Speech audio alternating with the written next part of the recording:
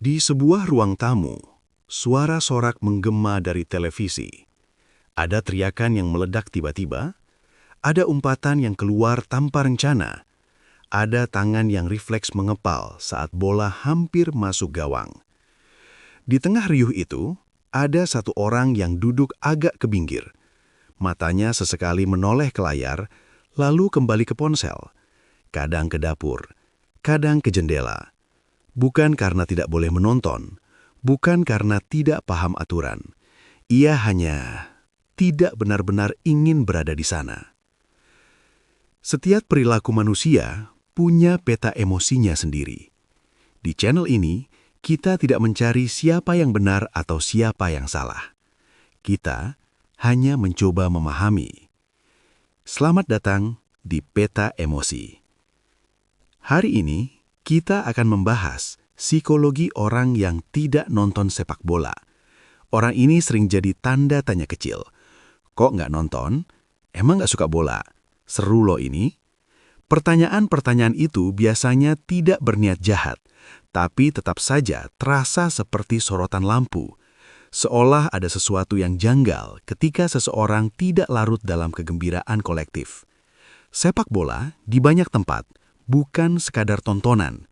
Ia adalah bahasa pergaulan, tiket masuk percakapan, cara paling mudah untuk merasa termasuk.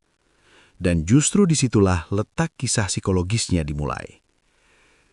Sebagian orang tidak menonton sepak bola bukan karena membenci olahraganya.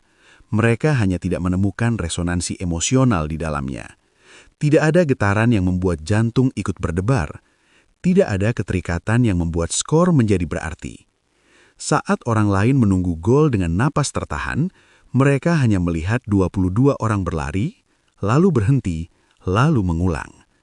Bagi sebagian orang, pengalaman emosional itu tidak otomatis muncul, dan ketiadaan emosi seringkali lebih sulit dijelaskan daripada kehadirannya.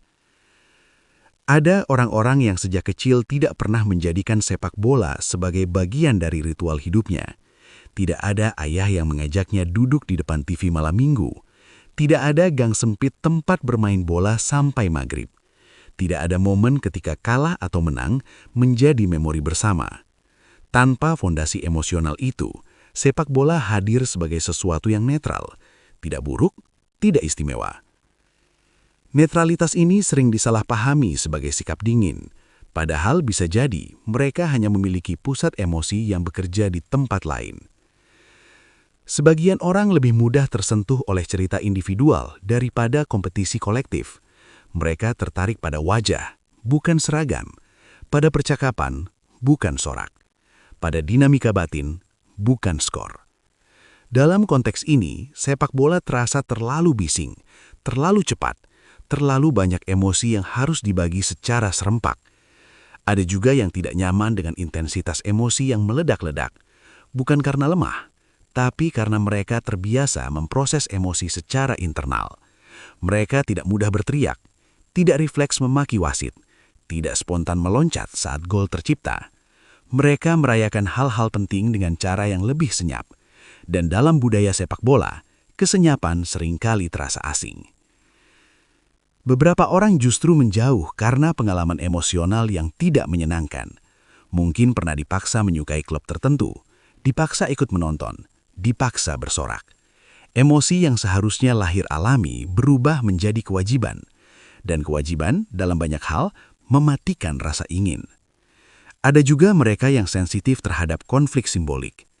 Sepak bola tidak hanya soal permainan, ia membawa identitas, kota, negara, kelas sosial, sejarah. Bagi sebagian orang, semua itu terlalu berat untuk sekadar hiburan. Mereka lelah melihat bagaimana pertandingan bisa berubah menjadi permusuhan, bagaimana perbedaan selera berubah menjadi ejekan, bagaimana kekalahan dianggap sebagai aib. Orang-orang seperti ini sering memilih menjauh, bukan karena tidak peduli, tapi karena terlalu peduli pada suasana emosional di sekitarnya. Menariknya, banyak orang yang tidak menonton sepak bola justru sangat peka membaca emosi orang lain yang menonton. Mereka tahu kapan harus diam, kapan harus mengalah, kapan sebaiknya tidak menyelah. Mereka belajar menjadi pengamat emosi kolektif tanpa ikut tenggelam di dalamnya. Ada kualitas empati yang tumbuh dari posisi pinggir seperti ini. Namun, berada di pinggir juga punya harga. Ada rasa terasing kecil yang sulit dijelaskan. Bukan terasing besar yang dramatis, hanya jeda kecil saat obrolan beralih ke klasemen, saat semua tertawa karena meme penyak pemain, saat grup chat mendadak ramai di jam yang sama. Mereka membaca, mereka tersenyum sopan, tapi tidak benar-benar hadir. Di titik ini, banyak dari mereka bertanya dalam hati, ada yang salah dengan saya? Pertanyaan ini tidak selalu muncul dengan kata-kata. Kadang hanya berupa rasa tidak sinkron, seperti berdiri di pesta dengan musik yang tidak kita dengar. Kita tahu ritmenya ada, tapi tubuh kita tidak bergerak. Sebagian orang kemudian mencoba memaksakan diri, menghafal nama pemain, mengikuti skor, membaca berita. Bukan karena tertarik, tapi agar tidak ketinggalan, agar bisa ikut nimbrung, agar tidak terlihat aneh. Upaya ini sering melelahkan, karena emosi yang dipinjam jarang bertahan lama. Ada pula yang memilih berdamai. Mereka menerima bahwa minat manusia memang beragam, bahwa kebersamaan tidak selalu harus melalui layar yang sama, bahwa kedekatan bisa dibangun lewat cara lain, lewat obrolan yang lebih personal, lewat kesamaan nilai, bukan selera. Dalam psikologi, ketertarikan pada sesuatu sering kali berkaitan dengan kebutuhan emosional tertentu. Sepak bola menawarkan rasa memiliki, rasa menjadi bagian dari sesuatu yang lebih besar. Identitas kolektif, katarsis emosi. Bagi yang sudah mendapatkan kebutuhan ini dari tempat lain, sepak bola tidak menjadi kebutuhan utama. Orang yang merasa utuh dalam lingkaran kecilnya seringkali tidak terlalu mencari validasi kolektif. Mereka cukup dengan 1-2 orang yang benar-benar mengerti. Dalam konteks ini, sorak stadion terasa jauh, tidak perlu. Ada juga orang yang lebih menyukai kontrol. Sepak bola dengan segala ketidakpastiannya bisa memicu kecemasan, hasil yang tidak bisa diprediksi, wasit yang kontroversial, pemain yang cedera tiba-tiba.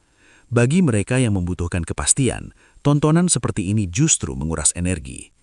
Sebaliknya, mereka mungkin menyukai aktivitas yang bisa diatur, membaca, menulis, merapikan sesuatu, menonton ulang serial yang sudah tahu akhirnya. Di sana ada rasa aman.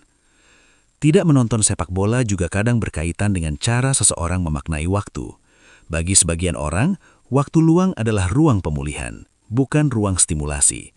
Mereka ingin tenang setelah hari yang penuh. Mereka memilih kesunyian daripada keramaian suara.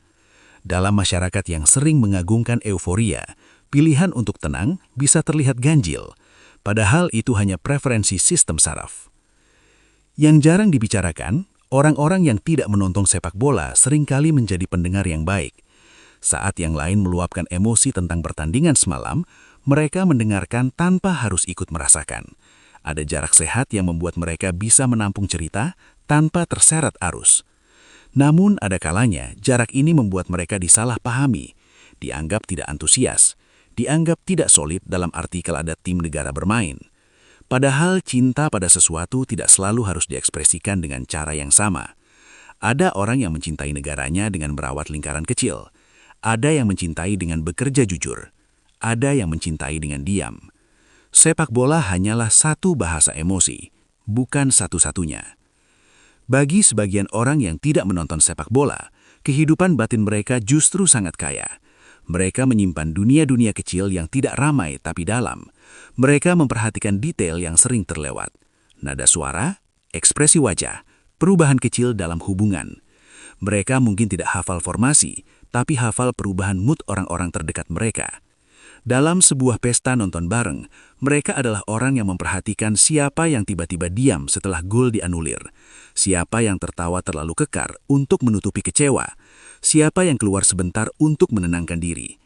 Mereka membaca peta emosi tanpa ikut berlari di lapangan. Namun tentu saja, tidak semua orang yang tidak menonton sepak bola sama.